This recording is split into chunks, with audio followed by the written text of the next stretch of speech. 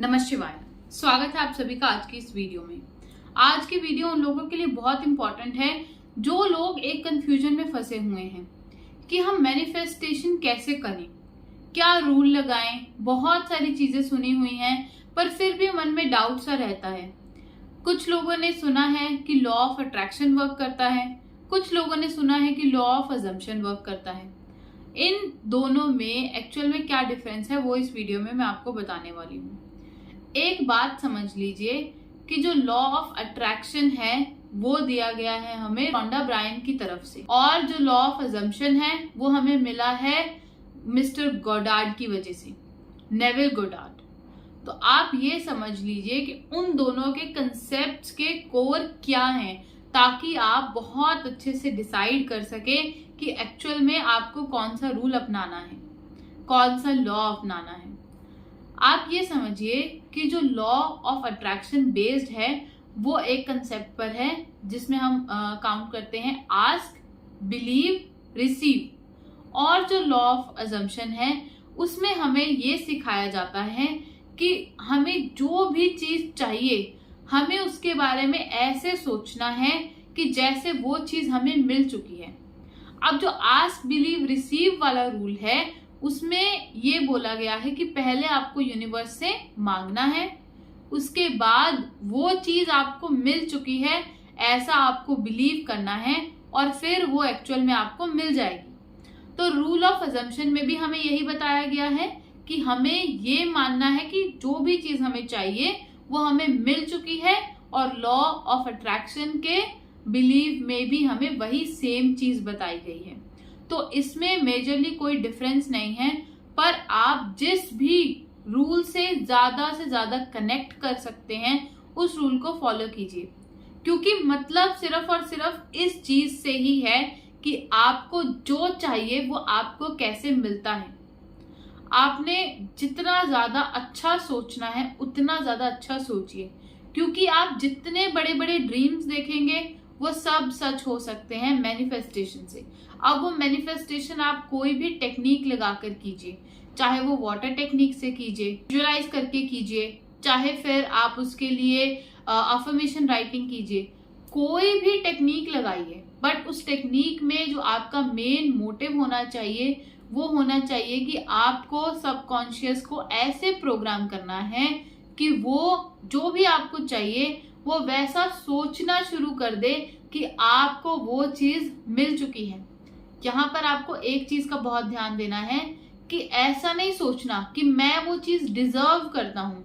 Deserve करना कि मतलब मुझे वो मिलनी चाहिए, बट आपको ये सोचना है कि मुझे वो मिल चुकी है। जब आप इस कंसेप्ट को सोचेंगे, अच्छे से समझेंगे, तो आपकी लाइफ के जितने भी एरियाज हैं, चाहे वो फाइनेंसेस हो, रिलेशनशिप हो, और या फिर कोई भी ऐसी हेल्थ रिलेटेड इशू हो, कुछ भी हो, हर एक चीज में आप इस चीज को फॉलो कर सकते हैं, इस रूल को अप्लाई कर सकते हैं और अपनी लाइफ को चेंज कर सकते हैं।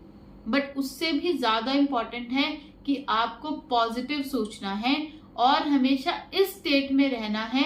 देखिए, बहुत फर्क है डेल्यूजन में रहने में और अपने आप को ये विश्वास दिलाने में कि आप वो चीज जो भी आपको चाहिए वैसे आप बन चुके हैं या वो चीज आपको मिल चुकी है। डेल्यूजन वाला क्या करेगा, वो सबको जा जाके ढिंडोरा पीटता रहेगा, पर जो एक्चुअल में इस रूल को फॉलो करेगा वो ये सब चीजों को अपने अंदर रखेगा। आप ज्यादा से ज्यादा उसे, जो भी आपका लाइफ पार्टनर है, उसके साथ शेयर कर सकते हैं, क्योंकि आपकी जो डीपेस्ट कन्वर्सेशंस होती हैं वो मोस्टली आपके स्पाउस के साथ ही होती हैं। तो आप अगर अपने स्पाउस से उसके बारे में बात करेंगे और अगर आप दोनों उस कंसेप्ट में बिलीव करते हैं तो आपको उससे बहुत बेनिफिट मिलेगा मैनिफेस्ट करने में, क्योंकि उससे मैनिफेस्टेशन की पावर डबल हो रही है। और आप वैसी कन्वर्सेशन करेंगे तो आपको उस चीज को बिलीव करने में भी और ज्यादा इजी रहेगा। आप बस एक प्रोसेस को फॉलो कीजिए कि आपको जो भी चाहिए उसे सबसे पहले तो बोलना शुरू कीजिए, और बोलने में भी हर किसी से नहीं बोलना, सिर्फ और सिर्फ जो भी आपका क्लोजेस्ट वन है। पहली बात तो आप अपने आप से बोलिए, और उसके बाद अगर आपका पार्टनर भी उस गोल में अलाइंड है तो उनसे वो चीज डिस्कस कीजिए। पर ये चीज आप तभी डिस्कस करना जब वो भी पॉजिटिव माइंडसेट के साथ सुने, वरना बहुत सारे लोगों की ये भी कंप्लेंट होती है कि वो अगर अपने स्पाउस से शेयर करते हैं तो उनका स्पाउस इन सब चीजों में बिलीव नहीं करता, तो वो भी और ज्यादा डिमोटिवेटेड हो जाएंगे और फिर मैनिफेस्टेशन पर उनका ध्यान नहीं रहेगा।